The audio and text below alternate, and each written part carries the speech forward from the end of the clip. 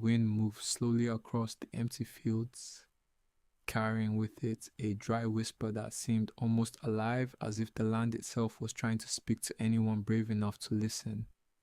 The tall grass bent and rose again in uneven waves, creating the illusion of movement beneath the surface, like something unseen was crawling through it. This place had once been active, filled with workers' machines and the constant rhythm of life. But now it stood abandoned, untouched, and avoided by everyone who knew its story. The old grain silo rose in the distance, dark and still, its broken structure cutting into the pale sky like a warning rather than a building. No birds circled above it, no animals came near. It was as if even nature understood that something was wrong. Here, villagers from nearby areas refused to step anywhere close to the field, their voices lowering whenever they spoke about it. Some called it cursed. Others believed it was haunted, but none of them had proof only. Stories passed from one person to another, growing darker. Each time, soldiers who had been sent to investigate did not believe in such things. At least, not at first. They treated the situation like any other mission, expecting to find an enemy sniper or some hidden threat that could be neutralized with skill and strategy. But what they encountered could not be explained so easily. Reports came back incomplete, inconsistent, and filled with gaps that made no sense. According to what little information was available, men had been taken down without warning, without visible attackers, and without any trace of where the shots came from.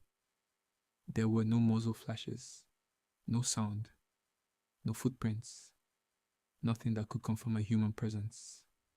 And yet the results were undeniable. Trained soldiers were falling one by one in an open field where there was nowhere to hide. Captain Reeve stood at the edge of the same field, now facing the silo, with a calm expression that did not fully reflect what he was thinking. He was a man who trusted logic and experience. He had been in difficult situations before and had learned to rely on observation rather than fear. But even he could feel that something about this place did not follow. No more rules behind him, his squad waited quietly, each man aware of the tension but unwilling to show it openly. They had all heard the rumors about the ghost sniper, a presence that existed without being seen, a force that did not miss and did not reveal itself.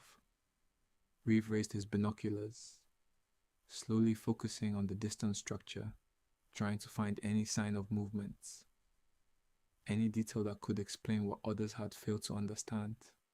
But the silo appeared completely still, almost too still, as if it was not simply empty, but aware of being watched in return.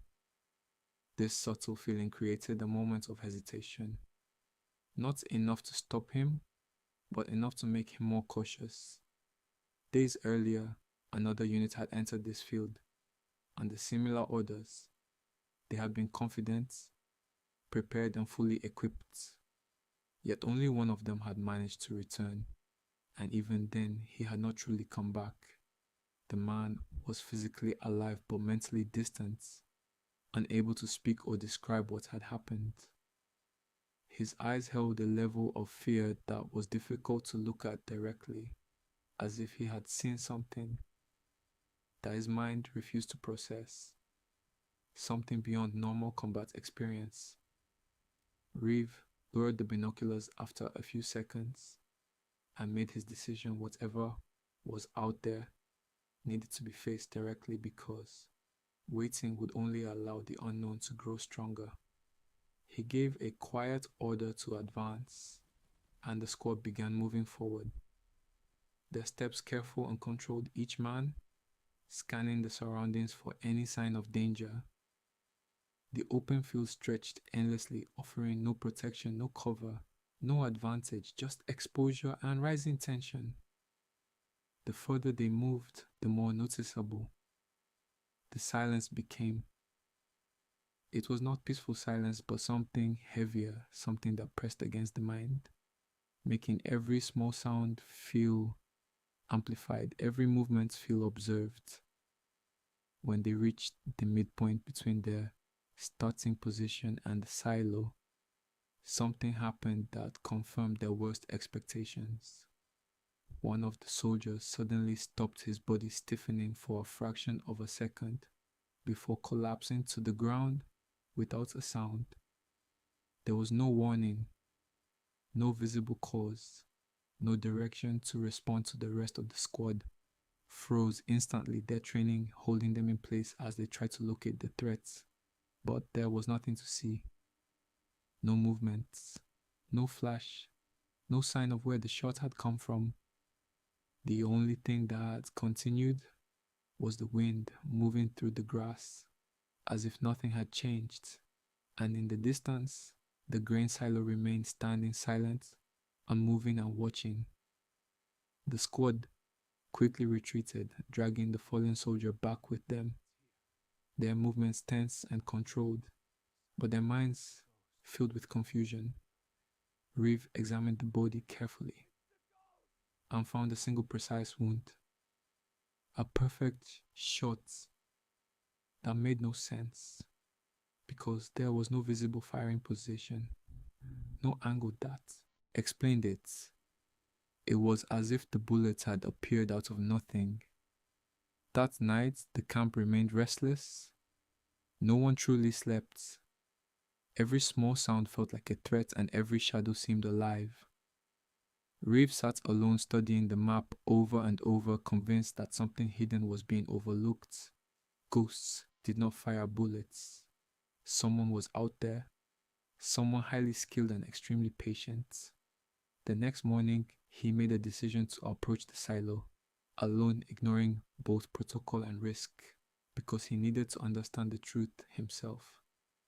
Step by step, he moved forward, feeling the weight of the silence grow heavier with each step, as if the land itself was warning him. When he reached the base, he noticed the broken entrance partially hanging open and stepped inside, where dust filled the air and light struggled to reach the deeper corners. Then he saw something that changed everything. Fresh marks on the ground, signs of movements recent and deliberate. Someone was here watching, waiting hidden within the silence. As Reeve moved deeper into the structure, his senses sharpened, and then he heard it. A faint metallic shift above him. He looked up quickly and for a brief moment caught sight of a shadow moving unnaturally fast before disappearing again into stillness. In that moment, Reeve understood this was not a ghost, it was a hunter. Reeve reacted instantly, moving up the broken stairs with controlled urgency, his weapon ready and his focus absolute. Each step echoed through the hollow structure, adding pressure to every movement as he climbed higher. The air felt tighter and colder, as if the silo itself was closing in on him. Suddenly, a shot rang out, striking the wall close enough to send dust into the air. It was the first clear sign the ghost had a presence and a position. Reeve dropped low, rolled to the side and returned fire. The sound of gunshots shattered the silence, echoing violently through the structure as the hidden sniper responded with equal speed and precision, turning the encounter into a deadly exchange of movement and instinct. Reeve reached the upper level and finally saw him, not a ghost, but a man, perfectly concealed within worn camouflage, blending into the broken environment. His rifle steadied, his expression calm, as if this was routine, not chaos. They faced each other in a brief moment of stillness before action resumed.